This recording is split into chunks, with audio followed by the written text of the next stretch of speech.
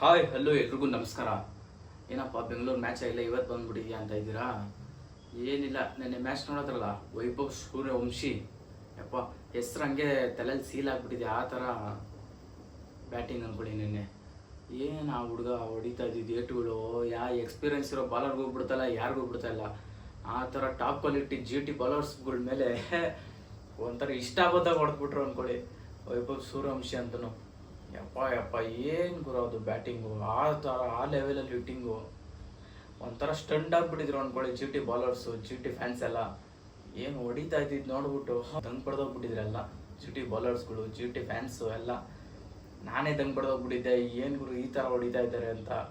35 ಬಾಲ್ಗೆ century ಅಂದರೆ ಯಪ್ಪ crazy ಅಂದ್ಕೊಳ್ಳಿ. ಏನು ಮ್ಯಾಚ್ ಬಿಟ್ಬಿಟ್ಟು ಇದನ್ನೇ ಮಾತಾಡ್ತಾ ಇದೆಯಾ ಅನ್ಬೋದು ನೀವು. ಮ್ಯಾಚ್ ಬಗ್ಗೆ ಹೇಳೋಕ್ಕೇನಿದೆ, ಅಲ್ಲಿ ಅವ್ರು 200+ ಹೊಡೆದ್ರು, ಚೆನ್ನಾಗೇ ಆಡಿದ್ರು. ಸುದರ್ಶನ್ ಮತ್ತು ಗಿಲ್ಲು, ಜಾಸ್ ಬಟ್ಲರ್ ಅವರು ಎಲ್ಲ ಚೆನ್ನಾಗೇ ಆಡಿದ್ರು. ಅವ್ರದ್ದಂತೂ ಕನ್ಸಿಸ್ಟೆನ್ಸಿ ಲೆವೆಲ್ಲು ಪೀಕಲ್ಲಿದೆ ಬಿಡಿ ಅವ್ರು 3 ಜನದಂತೂ. ಯಪ್ಪ ಏನು ಮ್ಯಾಚ್ ಆಫ್ಟರ್ ಮ್ಯಾಚು ಆ ಥರ ಕನ್ಸಿಸ್ಟೆನ್ಸಿ. ಅವರು ಖರಾಬಾಗೇನೆ ಆಡ್ತಾ ಇದ್ದಾರೆ. ಅವ್ರನ್ನೆಲ್ಲ ಮರ್ಸೋ ಥರ ಪರ್ಫಾರ್ಮೆನ್ಸ್ ಕೊಟ್ಟಿರೋದು ಇವತ್ತು ಸೂರ್ಯವಂಶಿ ಅವರು. ಇಲ್ಲಿ ಯಶಸ್ವಿ ಜೈಸ್ವಾಲ್ ಅವರು ಅಷ್ಟೇ ಮ್ಯಾಚ್ ವಿನ್ನಿಂಗ್ ನಾಕೋದು ಒಂದೊಂದು ಮ್ಯಾಚಲ್ಲಿ. ಅದು ಮರೆದೋಗ್ಬಿಡ್ತೀವಿ ಇವತ್ತು. ಎಲ್ಲ ಬರೀ ಸೂರ್ಯವಂಶಿ ಆ ಥರ ಹಿಟ್ಟಿಂಗು. ಯಪ್ಪ 4 ವರ್ಷದ ಹುಡುಗ ಒಬ್ಬ ಈ ಥರ ಹೊಡೆದಿರೋದು.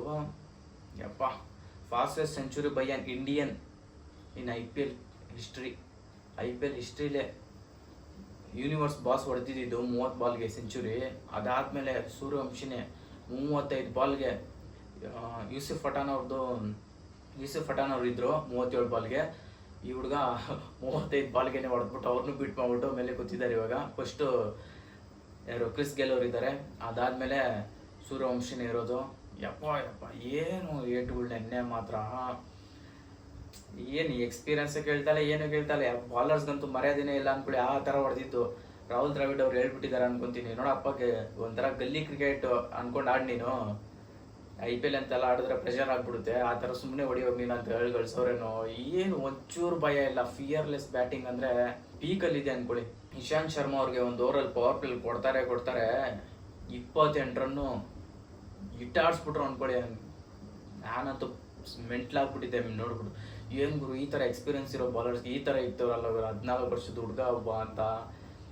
ಈಗ ಹೊರ್ಟ್ ಆಗ್ಬಿಟ್ಟಿರುತ್ತೆ ಇಶಾಂತ್ ಶರ್ಮಾ ಅವ್ರಿಗೆ. ನಾನು IPL ಡೆಬ್ಯೂ ಮಾಡಿದಾಗ ಇವನು ಇನ್ನೂ ಹುಟ್ಟೇ ಇರಲಿಲ್ಲ, ನನಗೆ ಈ ಪಾರ್ಟಿ ಇಕ್ಬಿಟ್ನಲ್ಲ ಇವನು ಅಂದ್ಕೊಂಡಿರ್ತಾರೆ ಇಶಾಂತ್ ಶರ್ಮಾ ಅವರು. ಏನು ಹೊಡೆದಿತ್ತು ಯಪ್ಪ.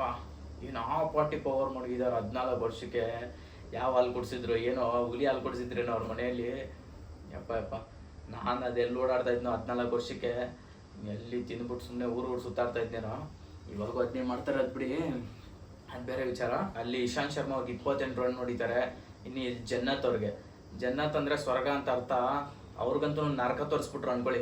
ಒಂದೇ ಓವರ್ನೇ ಮಾಡಿದ್ದು ಜನ್ನತ್ ಅವರು, ಆ ಓವರಲ್ಲೇ ನರಕ ತೋರಿಸ್ಬಿಟ್ರು ಸೂರ್ಯವಂಶಿ ಅವರು. ಏನು 30 ರನ್ ಅಂದರೆ ಸುಮ್ಮನೆನಾ, ಕೆರಿಯರೇ ಬರ್ಬೋದಾಗ್ಬಿಡ್ಬೇಕು ಅಫ್ಘಾನಿಸ್ತಾನ್ ಪ್ಲೇಯರು ಜನ್ನದ್ದು. ಆ ಥರ ಏಟ್ಗಳು ಹೊಡೆದಿದ್ದು. ಏನು 30 ರನ್ನು. ಯಪ್ಪ 14 ವರ್ಷ ಹುಡುಗ ಆ ಥರ ಆಡ್ತಾ ಇದ್ರೆ ಒಂಥರ ಖುಷಿ.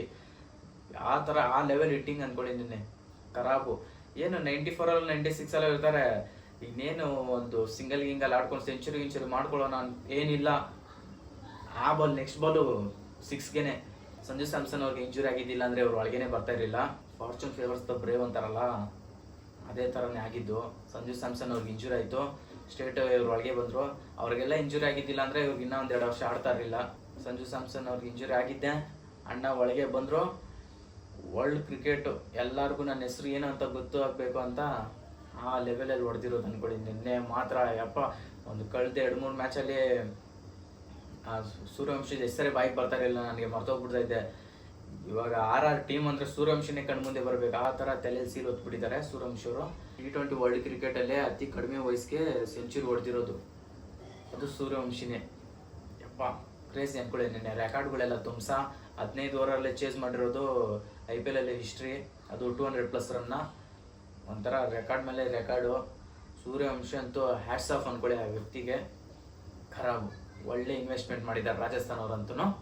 ಸಿಗೋಣ ನೆಕ್ಸ್ಟ್ ವಿಡಿಯೋನಲ್ಲಿ. ಎಲ್ರಿಗೂ ಬಾಯ್.